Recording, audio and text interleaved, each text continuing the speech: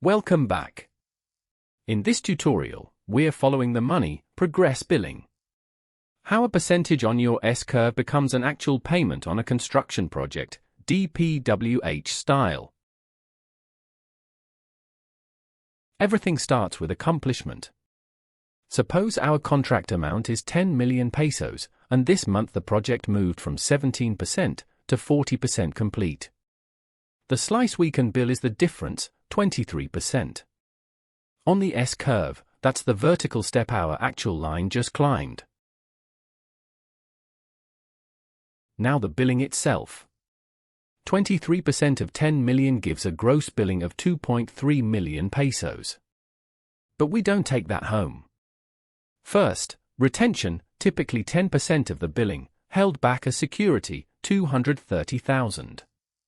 Second, recoupment, if the contractor took a 15% advance at the start, it is paid back in proportion to progress, 345,000 this billing.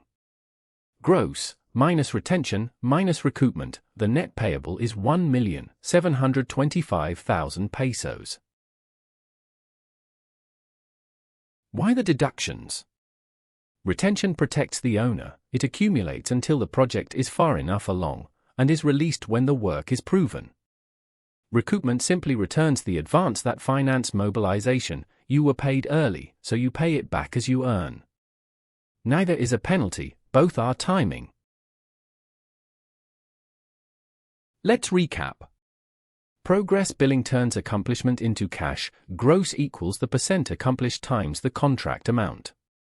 Deduct retention, typically 10%, and the advance recoupment, in proportion to progress, and the balance is your net payable. Track it against the S-curve every month, and the money side of the project will never surprise you.